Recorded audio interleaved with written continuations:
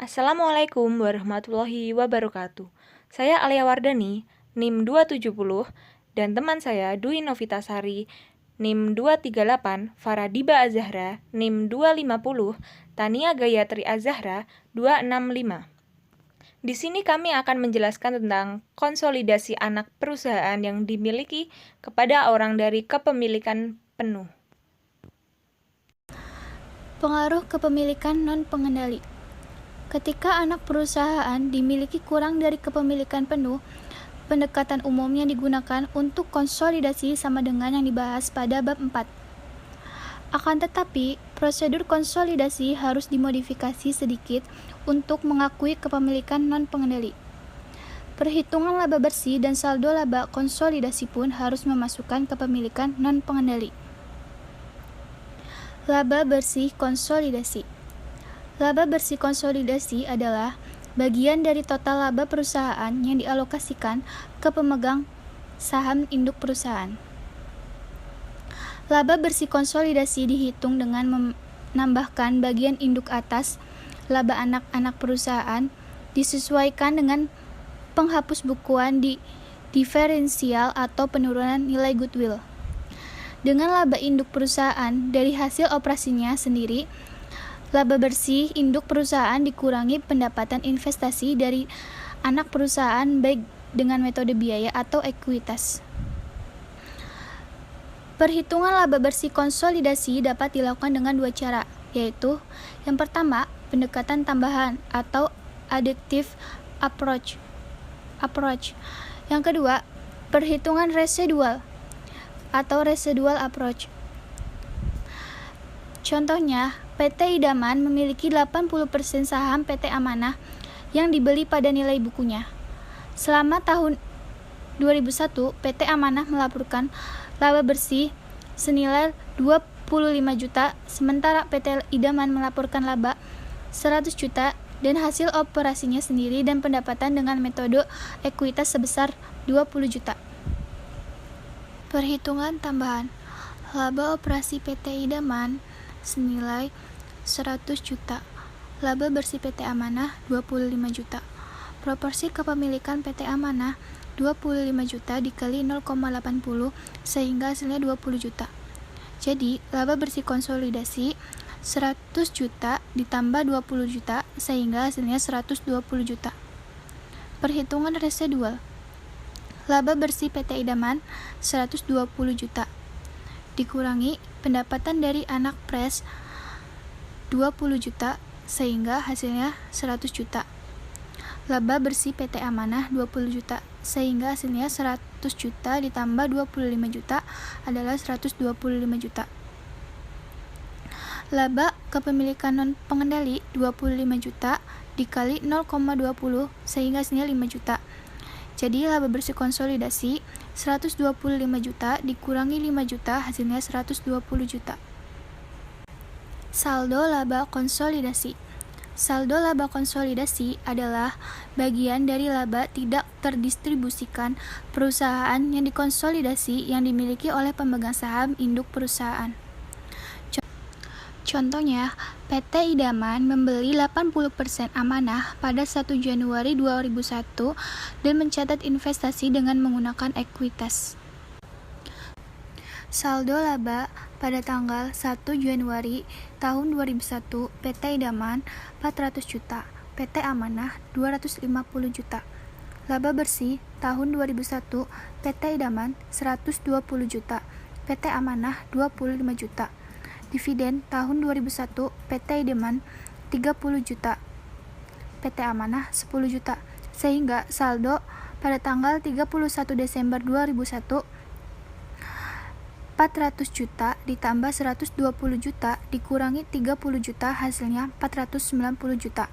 Sedangkan PT Amanah 250 juta ditambah 25 juta dikurangi 10 juta hasilnya 265 juta. Laba bersih tahun 2002 PT Idaman 148 juta, PT Amanah 35 juta. Dividen tahun 2002 PT Idaman 30 juta, PT Amanah 10 juta. Sehingga saldo laba pada tanggal 31 Desember tahun 2002 PT Idaman 490 juta ditambah 148 juta dikurangi 30 juta, hasilnya 608 juta. Sedangkan PT Amanah 265 juta ditambah 35 juta dikurangi 10 juta, hasilnya 290 juta. Saldo laba konsolidasi pada tanggal 31 Desember 2002, 2 tahun setelah tanggal penggabungan. Saldo laba PT Idaman 31 Desember 2001 sebesar 608 juta. Ekuitas akrual di PT Amanah sejak akuisisi senilai 48 juta. Sehingga saldo laba PT Idaman dari hasil operasi sendiri pada tanggal 31 Desember 2002 adalah 608 juta dikurangi 48 juta, hasilnya 560 juta. Bagian PT Idaman atas laba bersih PT Amanah sejak akuisisi sebesar 48 juta, sehingga saldo laba bersih pada tanggal 31 Desember 2002 sebesar 560 juta ditambah 48 juta, hasilnya 608 juta.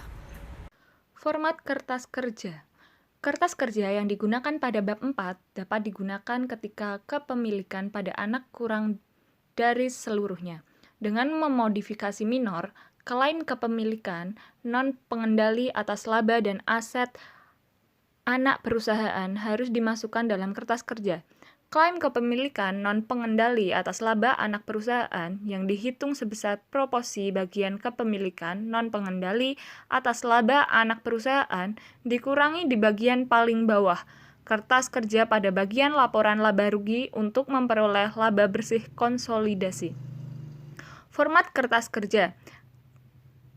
Klaim kepemilikan non-pengendali atas aset anak perusahaan yang dihitung sebesar proporsi bagian kepemilikan non-pengendali atas aset anak perusahaan ditambah di bagian paling bawah kertas kerja pada bagian kredit neraca. Selanjutnya, baik klaim kepemilikan non-pengendali atas laba maupun aset bersih dimasukkan ke dalam kertas kerja melalui jurnal eliminasi dan dibawa ke kolom konsolidasi. Penyusunan neraca konsolidasi sesaat setelah akuisisi. PT Induk membeli saham biasa beredar dari PT Anak seharga 310 juta. Biaya perolehan investasi 310 juta. Nilai buku saham biasa PT Anak 200 juta. Ditambah saldo laba PT Anak 100 juta, yaitu 300 juta. Lalu, biaya perolehan investasi dikurangi 240 juta sama dengan 70 juta. PT Induk mencatat akuisisi saham di pembukuannya pada tanggal penggabungan usaha dengan ayat jurnal sebagai berikut.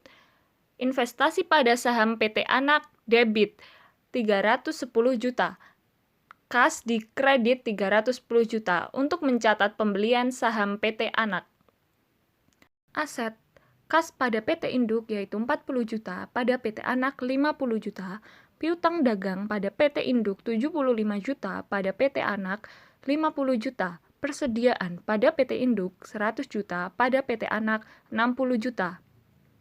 Tanah pada PT Induk 175 juta, pada PT Anak 40 juta, bangunan dan peralatan pada PT Induk 800 juta, pada PT Anak 600 juta, lalu dikurangi oleh akumulasi penyusutan yaitu pada PT Induk 400 juta, pada PT Anak 300 juta.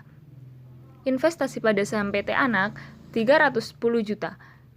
Jika dijumlahkan yaitu mencapai 1 miliar 100 juta rupiah.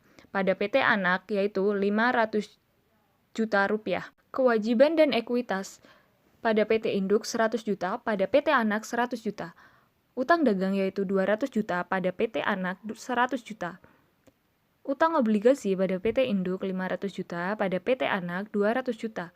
Saham biasa pada PT Induk yaitu 300 juta, pada PT Anak 100 juta. Lalu yaitu laba ditahan pada PT Induk 1 miliar 100 juta rupiah, pada PT Anak 500 juta rupiah. Persediaan nilai buku 60 juta, nilai wajar 65 juta, kenaikan nilai wajar 5 juta, 80% bagian PT Induk 4 juta. Tanah, nilai buku 40 juta, nilai wajar 50 juta, kenaikan nilai wajar 100 juta, 10 juta, 80% bagian PT Induk 8 juta. Bangunan, nilai buku 300 juta, nilai wajar 360 juta, kenaikan nilai wajar 60 juta, 80% bagian PT Induk 48 juta. Nilai buku jika dijumlah 400 juta, nilai wajar 475 juta, kenaikan nilai wajar yaitu 75 juta, 80% bagian PT Induk berjumlah 60 juta.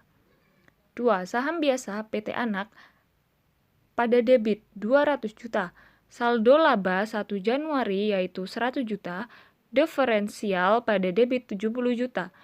Investasi pada saham PT Anak pada kredit 310 juta. Kepemilikan non-pengendali pada kredit 60 juta. Untuk mengeliminasi saldo investasi awal dan memunculkan kepemilikan non-pengendali. Jurnal ketiga, persediaan pada debit 4 juta, tanah pada debit 8 juta, bangunan dan peralatan pada debit 48 juta, goodwill 100 juta pada debit. Diferensial pada kredit 70 juta. Untuk mengalokasikan diferensial. Modifikasi kertas kerja komprehensif. Apabila induk perusahaan atau anak perusahaan mencatat laba komprehensif lainnya, kertas kerja konsolidasi umumnya memasukkan bagian tambahan untuk laba komprehensif lainnya. Bagian ini memfasilitasi penghitungan jumlah laba komprehensif lainnya yang akan dilaporkan. Bagian laba komprehensif lainnya, jika ada yang akan dialokasikan ke pemilikan non-pengendali, dan jumlah akumulasi laba komprehensif lainnya yang akan dilaporkan dalam neraca konsolidasi.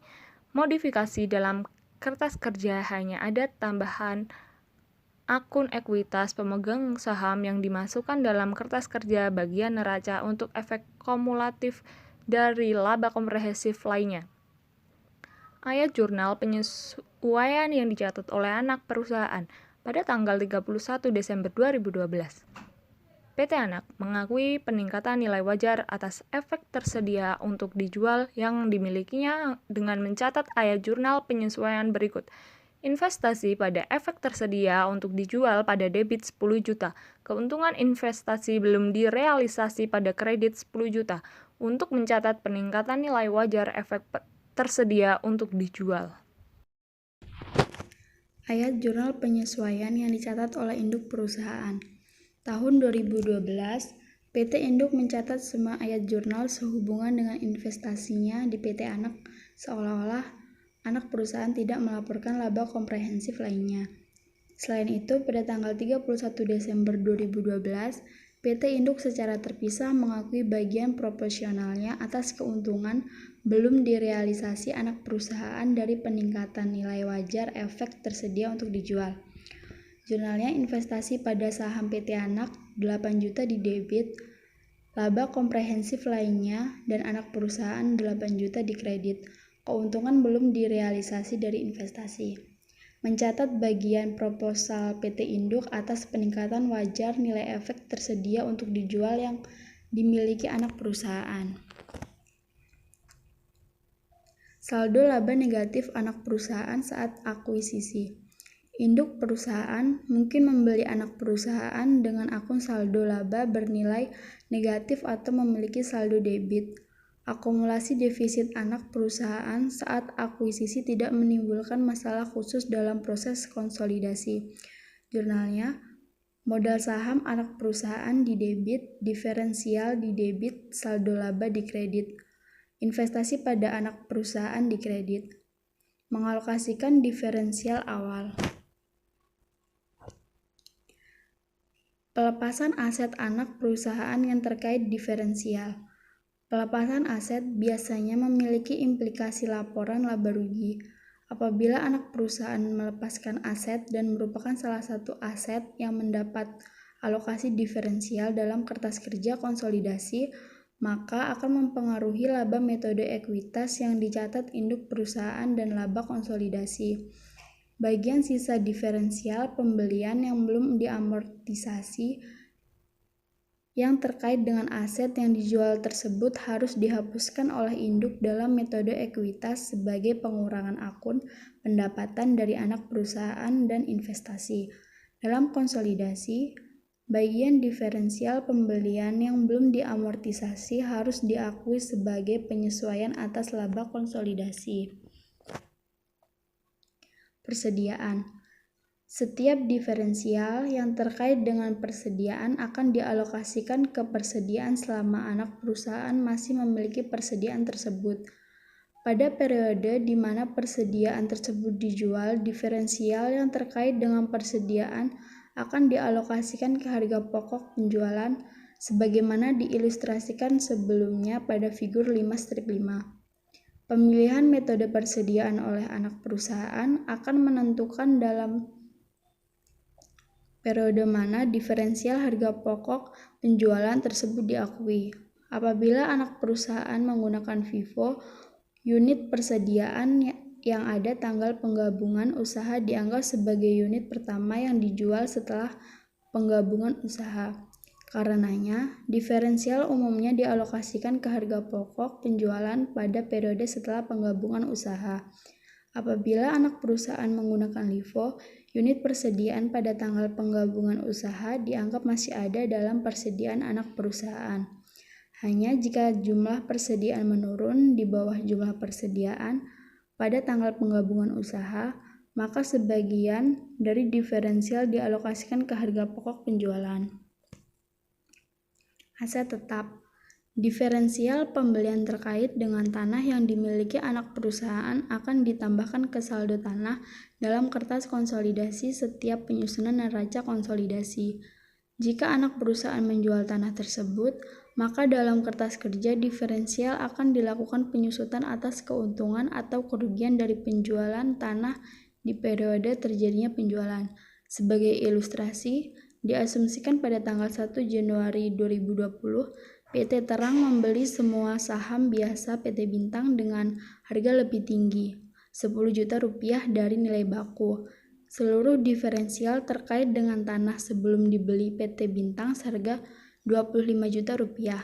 Selama PT Bintang masih memiliki tanah tersebut, diferensial sebesar 10 juta rupiah dialokasikan ke tanah dalam kertas kerja jika PT Bintang menjual tanah tersebut ke perusahaan yang tidak berhubungan istimewa seharga 40 juta rupiah. Ayat jurnal berikut dicatat dalam pembukuan PT Bintang.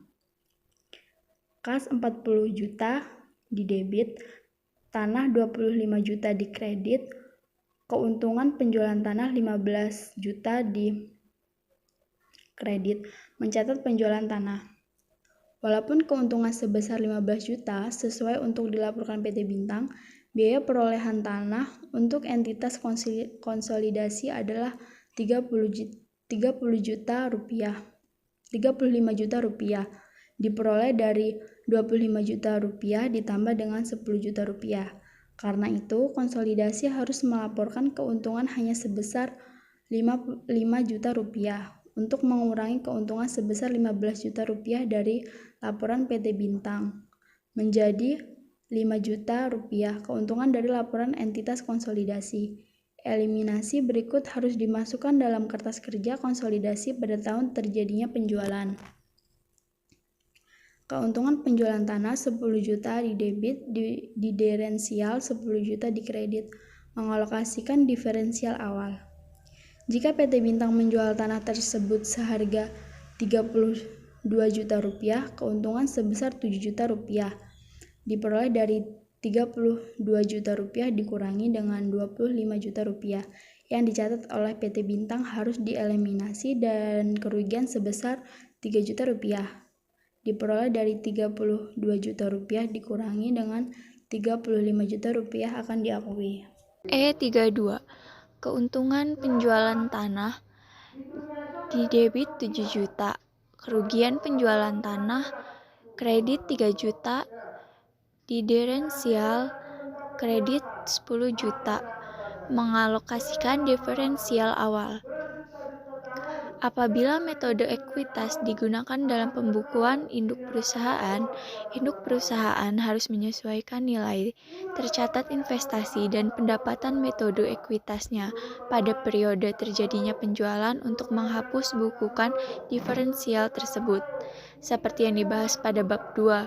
Setelah itu, tidak ada lagi diferensial sebesar 10 juta rupiah. Penjualan peralatan yang terkait dengan diferensial juga diperlakukan dengan cara yang sama dengan tanah kecuali amortisasi untuk periode saat ini dan periode-periode sebelumnya harus diperhatikan. Konsolidasi dan metode biaya. Tidak semua induk perusahaan menggunakan metode ekuitas untuk mencatat investasi pada anak perusahaan yang akan dikonsolidasi. Pemilihan metode biaya atau metode ekuitas tidak mempunyai pengaruh terhadap laporan keuangan konsolidasi. Hal ini terjadi karena saldo akun investasi pendapatan induk perusahaan dari anak perusahaan dan akun-akun terkait akan dieliminasi dalam penyusunan laporan keuangan konsolidasi. Jadi, induk perusahaan bebas untuk memilih menggunakan metode biaya atau metode ekuitas atau versi lain dari metode ekuitas dalam pembukuan terpisahnya untuk akuntansi investasi pada anak perusahaan yang akan dikonsolidasi.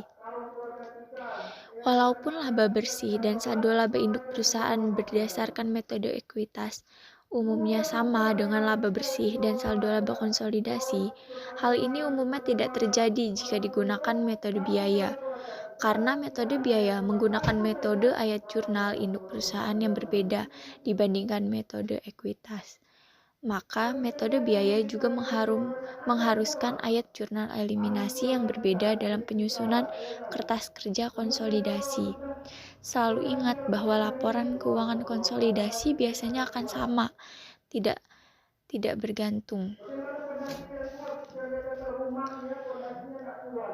Konsolidasi tahun penggabungan usaha.